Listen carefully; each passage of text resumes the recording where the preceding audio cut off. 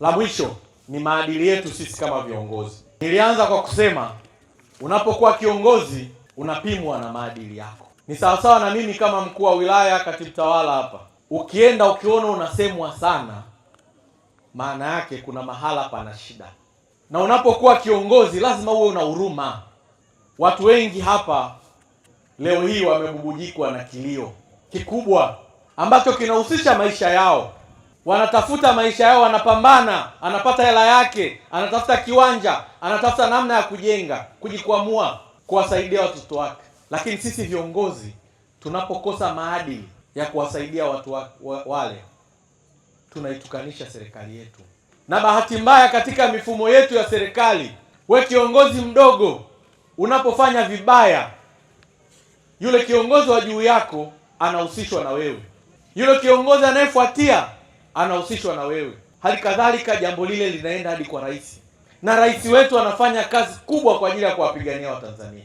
Ameingia madarakani, amekuja na falsafa ya 4R, amekwenda kwenye kampeni, amekuja na falsafa yake ya kazi na nini na utu.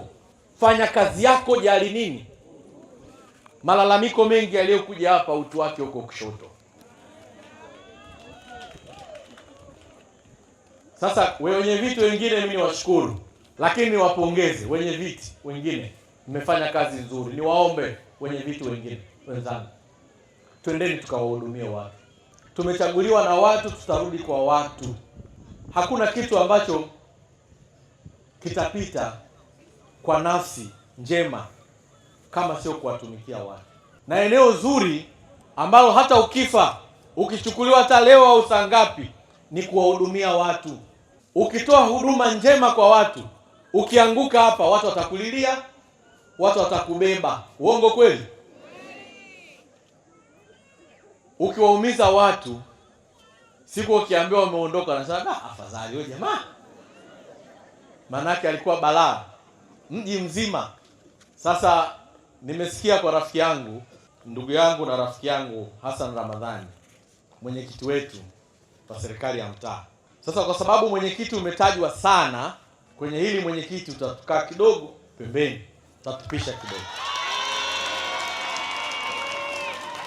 ili nitengeneze timu sasa ambayo itakuwa na wataalamu wote na maafisa watu wa usalama.